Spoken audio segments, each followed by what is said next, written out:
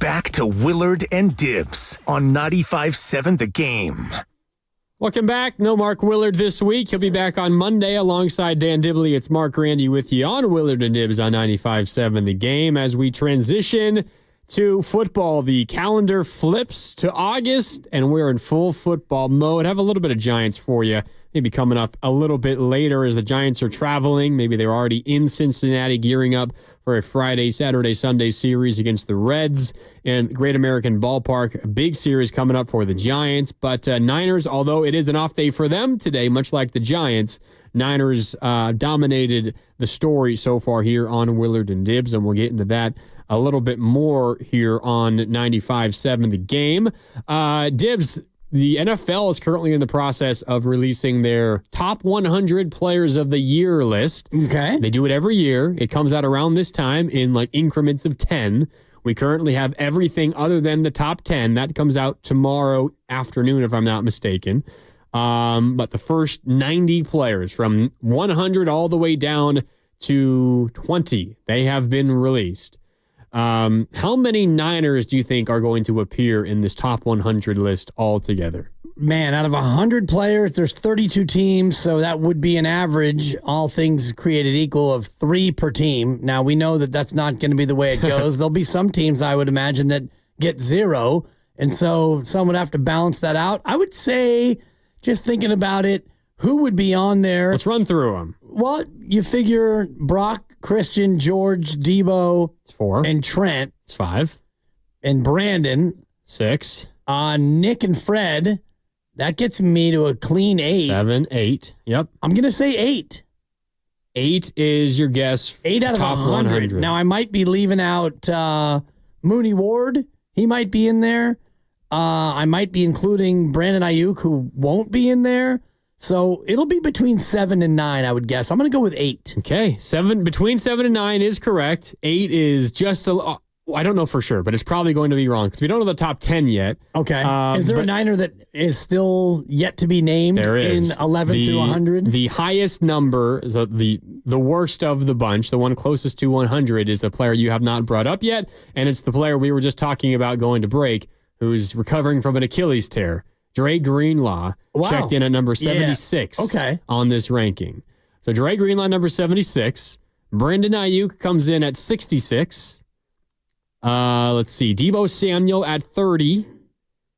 Brock Purdy at 28. Okay. Nick Bosa at 27. Really? George Kittle at 14. Fred Warner at 11. That leaves off Christian McCaffrey and Trent Williams, who I would imagine will both be in the top 10. Add all that together if my assumption about CMC and Trent is right, which I'm sure it will be because they are definitely top 100 players. They will be on this list, and they will appear in the top 10 tomorrow. That's 9 Niners in the top 100. And I guess the one that I neglected to think about was Dre Greenlaw, and I guess I was thinking about Dre Greenlaw this year, and if he doesn't play until after Thanksgiving, and even if he comes back around Thanksgiving, that would be a 9-month recovery from an Achilles injury, which would be pretty good. That'd be an aggressive return to play, and that would leave him with about 5, maybe 6 games plus playoffs. So I guess he could still make an impact and be top 100. If he wasn't hurt with the Achilles, then absolutely he'd be on the list. But I didn't even think about him because of the injury. I'm not sure how the NFL asks, and this is voted on by the players, which is why I like this list so much, because it gives you an idea of what the other players in the league think about these Niner players, and it's particularly, I think, insightful for, say,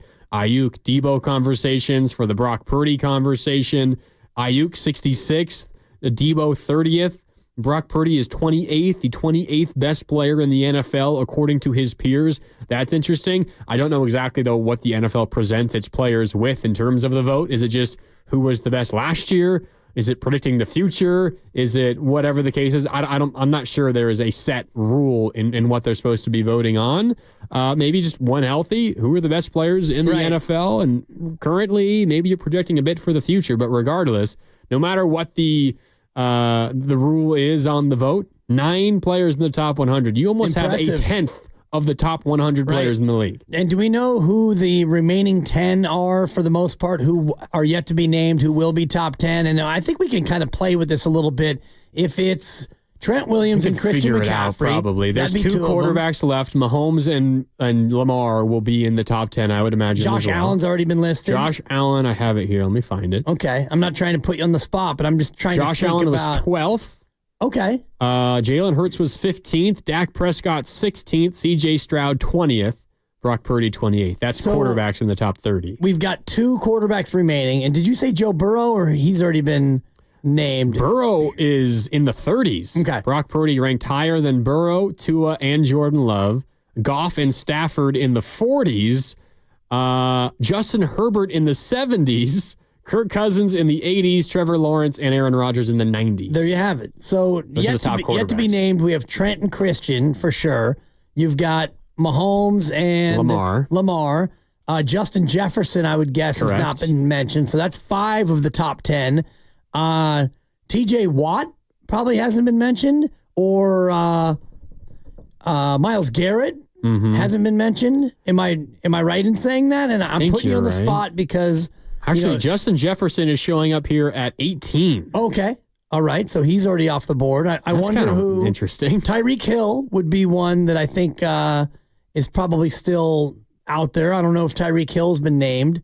And again, I feel bad putting you on the spot, but I'm just wondering. Micah Parsons is 17. I was thinking of him as well. As we think, like Max Crosby, has he been named? As we start to think about who the top 10 will be, Trent Williams and Christian McCaffrey, how high do they go? It's pretty obvious that Patrick Mahomes will be number 1. Can we agree that? I mean, he would have to be, especially number 1. What they just did as a team this past champs, year, and he's been and doing it with that supporting cast offensively. Exactly. So as we think about who else will be in that top 5, certainly in that top 10, it just had me wondering about other names, and I probably should have looked at the list a little bit more closely so I would have answers to these questions. The way that it's scheduled, it's put out right now on NFL.com, it's not very easy. They have it in increments of 10, and I have to tab over between every group, so it's really hard to find who's been named and who hasn't been named. I imagine when they announce the top 10 tomorrow afternoon, they'll have a full top 100 list, but I don't just have the first 90 players from 100 down to 20 or to 11 just yet. Right. But we know at least 4 of them, those 2 quarterbacks, and then we know Trent and Christian McCaffrey will be up there. Yeah, I'm just looking. I see Amon-Ra at 23 and Penei Sewell, the recently paid Penei Sewell at 22.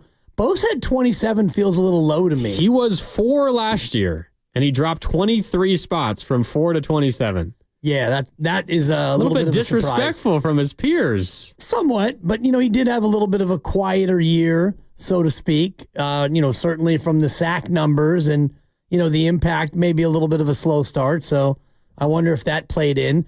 Travis Kelce is another one that I don't think we've seen. So we're kind of picking our way through who will be. Chris Jones, is Chris Jones up there? The Chiefs going to have 3 in the top 10? They might. I mean, they'd be worthy, right? Being back-to-back champs. And I'm not sure if we've seen Max Crosby on the list yet. And again, I know it's difficult to have to go through every 10 players, and I'm kind of doing the same thing. I see Cooper Kupp at 69, so there's another guy that, wouldn't be up there. And I can't imagine that Puka Nacua, even off a fantastic rookie year, I can't imagine that he'd be in the top 10. No, not in the top 10. No, and I'm trying to find him at all on this list. Puka's 33rd. Oh, there you go. Yeah. Okay, so I think we've run down just about all the names who will be in that top 10, and I haven't yet seen Max Crosby. Max Crosby's probably up there too. He's been incredible for the Raiders. So you got Mahomes and Kelce. You've got Lamar and Crosby. You've got McCaffrey and Trent Williams. Probably Myles Garrett as well. Yep. And TJ Watt is another one that I named that I don't think that we've seen. So that's 8 of the top 10. And, 888-957-9570 if you think that we've missed a couple of clear-cut guys who are going to be on that list. But it is an interesting list based on what you were saying. This is voted on by the players. So players voting on players, not media know-it-alls who really don't know that much. These are players who are going up against these guys and saying, yeah, these are the real ones. These are the dudes we have to worry about. So it's interesting. Brock Purdy, 28th. The 28th best player in the NFL. I think kind of depending on how you, I don't know, maybe it's just how you view the world. You might think that's really high. You might think that's really low. I mean, Brock Purdy is ranked higher than Joe Burrow by his peers. And maybe part of that is Joe Burrow coming off of another major injury. And, you know, he's kind of been in and out of the lineup, although when he's been in, he's been incredible. But you also look, Dibs, at what Brock Purdy did this past season. And, I mean, he was the NFL favorite basically for the vast majority of the regular season. And he was a finalist for the MVP award, yet there's 6 other quarterbacks that will be ranked ahead of him in this list. He'll be the 7th ranked quarterback. Ultimately, I was expecting him to be a little bit lower. I thought 28, a little bit of a surprise in a good way for Brock Purdy. I didn't think that his peers would be so, I don't know, eager to vote for him that high up the list. I mean, he's ranked higher than Deebo Samuel, than Brandon Ayuk, than Dre Greenlaw on this Niners team, which I'm not sure I would have expected that going in. Yeah, and I think that the players understand what he's doing and how good it is that he's doing that. And, you know, it's more of a fan and a media construct when we look at where he was drafted and Mr. Irrelevant and all the rest of it. If you're playing against Brock Purdy and you see the success he's had in 2 years and the fact that he already has 4 playoff victories, which is more than a majority of the guys on this list, and I think he's top 25 all time among quarterback playoff wins already in 2 years with 4. It's mind boggling, but he's gone out there and he's gotten it done already in 2 years in the playoffs. He's got more playoff wins than Cousins, and he's got more playoff wins than Love, than Dak, than the majority of the quarterbacks in the NFL. And so because of that, I think the players put some respect on his game more than fans in the media. One of the best parts of this whole award or this whole voting process, the NFL Top 100, which again is voted on every year by players. And shout out to the 510 on the Xfinity mobile text line. He says that list is peer evaluated and based on performance from last season. Shout out to Chris A. from Oakland. Appreciate that. Who knows exactly how much the players follow those rules and restrictions, but that is what it is supposed to be. And also the 415 tweeting out, I think, the list of 10 that we ran through. So the top 10 in some order will be Patrick Mahomes, Travis Kelce, Chris Jones, Christian McCaffrey, Trent Williams, Max Crosby, Myles Garrett, Lamar Jackson, Tyreek Hill, and TJ Watt. That's the top 10 in some order. We'll see how it all comes out. But what's the best part, in my opinion, of these lists is for every player in the top 100, NFL Films puts together a little video package where you get all these little blurbs and comments from some of the players that were complimentary of this player. And I pulled Brock Purdy's little top 100 NFL video, edited it out because there's some, things that there's just music and you can see a highlight going in the background. So it's edited a little bit, but Brock Purdy, it's a little bit long here, 2.5 minutes, but I wanted to play it because it is kind of eye-opening what some of his peers and his opponents said about him. You'll hear from Greg Newsome, a corner on the Cleveland Browns. You'll hear from Harrison Phillips, Vikings defensive tackle, Tristan Wirfs, who we talked about earlier today, Tampa offensive lineman who just signed and reset the offensive tackle market. Alex Highsmith, a Pittsburgh linebacker. Alec Ingold, a Miami fullback, who I think you guys had on the show at some point last year leading up to the Super Bowl. Yeah. And he was an awesome guy. You'll hear from him. Kirk Cousins as well at the very end. And there's a couple of familiar voices. You'll hear from Kyle Juszczyk and George Kittle as well. But here is the NFL Films NFL Top 100 video dedicated to Brock Purdy, who came in at number 28. The San Francisco 49ers select Brock Purdy, a quarterback from Iowa State. Definitely not Mr. Irrelevant. He's really relevant now in the NFL. Brocky, we with you, baby. We riding with you. It's amazing how many people missed in this draft on this guy. He is amazing. He may be relevant, but some regard him not as a top-flight quarterback, but merely a game manager. People have this misunderstanding that he's just surrounded by weapons and it's just easy to give, screens to Christian and Deebo and George. But continually you see him push the ball downfield and make big plays. I don't think he was a game manager. Honestly, we treated him as one of the best quarterbacks in the NFL. Throws the ball at the right time every single time. He's a guy where if you're caught slipping, he's going to find you. He's got my respect. He came out and he did great against us. He can sit in that pocket and then throw it, and he can also escape and make plays with his legs as well. So, he's very versatile. Sets in the pocket right there, and he's not even just going to take off and run. He's going to reset and look again and then run. That is a gift not everybody has. You do see him scramble to make plays with his legs and scramble to throw, and when you have a quarterback like that, it's really tough to defend. Brock's playing at an incredibly high level. He's throwing dots, as Brandon Ayuk would say, and you see him all over the tape. High-level decision, awareness, and throw. That's a very small window. That is very accurate, that far downfield. What a throw under pressure right there. It's usually what separates the best. Can you see it all right when you're taking the hit? I mean, he is the reason why the Niners are so successful. You talk about all the other mouths to feed. You have all these superstars all over the field. Yeah, well, Brock Purdy is the guy that's feeding them all and putting them in positions to succeed. My favorite part of Brock Purdy's year was the NFC Championship game. Seeing him getting up with ripped leggings, bloody nose, and he's still dishing the ball out to go to the Super Bowl. Like, just dialed in, running around, throwing darts. Purdy has hurt Detroit with his legs today as a runner and a passer. What are they down, 24-7? In a playoff game? Not bad. Yeah, not bad. Put some respect on your name! You can't doubt that man anymore after that. Well, I think he's doing everything the great quarterbacks in this league do. I mean, he's making explosive plays. He's making plays off schedule. He's accurate. I told him after we played him that, you're only in year 2. And I can't imagine doing the things you're doing when I was in my second year. And I think his best football's ahead of him.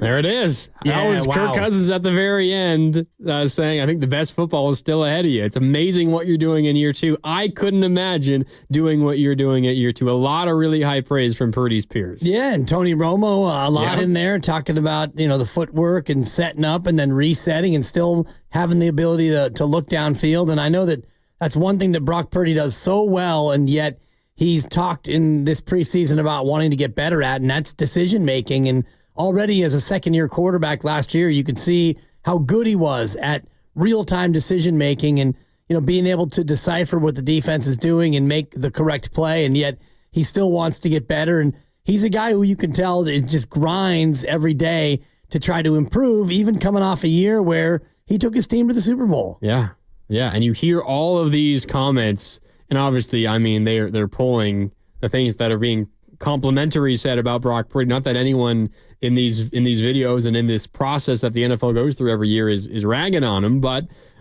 Greg Newsome, a corner for the Cleveland Browns, saying, he'll catch you slipping. If you make a mistake defensively, he always finds the right guy to throw to. He's always throwing it on target. Alex Highsmith, the Pittsburgh linebacker, was reminiscing on week 1 last year when Purdy just absolutely killed that really, really good Pittsburgh defense. He didn't seem too happy to be reminiscing about that moment, which I thought was kind of funny. Alec Ingold, as we talked about, who came on the show leading up to the Super Bowl last year, talking about his favorite Purdy moment was the NFC Championship game comeback, and spoke on like a true fullback, talking about how Purdy's got ripped leggings and he's got a bloody mouth because he got hit in the face, and that's his favorite moment, seeing him grit his teeth and going out there and bringing his team back.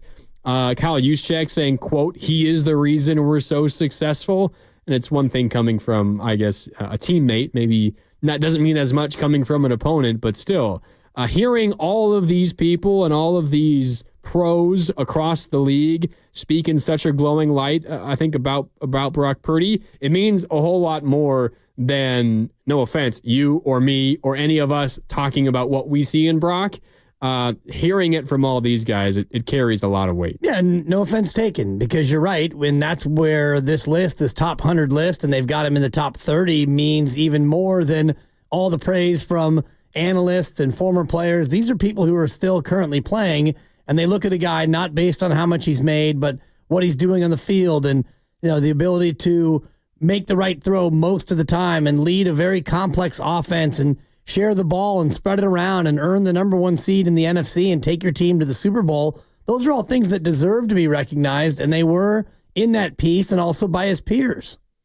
925 on the Xfinity mobile text line says, though, but bro got the whole top 100 players on his team. Come on now. You do have 8 of his teammates that are in the top 100. That gets back to a conversation we were talking about earlier. Would Brock be the same guy without all that talent? The NFL player base is saying, well, yeah, he's got some good players, but he's still a top 30 player and the 7th best quarterback in the NFL, according to his peers. The only ones that are better, Patrick Mahomes, Lamar Jackson, Josh Allen, Jalen Hurts, Dak Prescott, and C.J. Stroud. That is it. That's the list ahead of him, which, I don't know, you could maybe argue with a couple of those. C.J. Stroud, perhaps. Dak Prescott, perhaps. Maybe you feel a certain way about Jalen Hurts. But top 7, that doesn't feel too disrespectful to me. No, and I do also, think that you go back to the Jimmy Garoppolo days, and Jimmy Garoppolo had largely the same group of talent around him that Brock Purdy has. I wonder if Garoppolo was ever in this list. I'm going to look that up. I would bet that he was, but probably not in the top 30. And it's because Brock Purdy elevates the players around him, and Jimmy Garoppolo had basically the same group around him. I think he had Debo and he had Brandon. I don't think that he had Christian, maybe for a game before Jimmy Garoppolo got hurt. I can't remember the timing on when McCaffrey came and when Garoppolo got injured, but the point being he largely had the same group of skill guys around him, and now we want to hold it against Brock Purdy. It just doesn't seem right to me. So in the list that came out in the offseason, the 2020 offseason, the year after the Niners lost in the Super Bowl, the offseason that followed that. So after Jimmy's first full year as a starter of the 49ers, when he led them to the Super Bowl, he finished 43rd on the NFL's top 100. Okay. Honestly, probably a little higher than I was expecting. Yeah. But if you put yourselves back in those shoes back then, I mean, he had a pretty darn good season that year. I know it ended with him overthrowing Emmanuel Sanders in the Super Bowl and kind of went downhill from there. But yeah, I guess that's fair. It's definitely fair. And then we didn't really see Jimmy's warts as much until, you saw him at times, but you also saw a quarterback get you to the Super Bowl. So you were a little bit more willing to forgive it. And then you see what Brock has done with largely the same guys around him. And he's had bigger years and better years and taken the team as deep as Jimmy Garoppolo did in a shorter period of time. So you can see just by watching football that Brock Purdy's a better quarterback than Jimmy Garoppolo. Yeah, no and he's doubt. only 2 years into it. No doubt. And his peers have voted him as the 28th best player in the NFL, 7th highest ranked quarterback in the league. And the Niners have 9 players in the top 100. They are the best roster in football, and it's not close. All right, time for a break here on Willard and Dibs. When we come back, we've got 1 hour left to get into. I want to hear some from Brock Purdy, by the way, not necessarily about this, about some other things and how he feels going into his 3rd season in the NFL. We can get into that. We can take your calls on training camp concerns, anything you want to get into Niners related. If you want to talk Giants, I got things to say about Logan Webb as well. You can give us a call, 888-957-9570. It's Willard and Dibs. Dibs and Grandi. I'm in for Mark Willard on this Thursday. We're back with more on the other side here on 95.7 The Game. We are presented by Fremont Bank, celebrating 60 years of full-service banking with no compromises.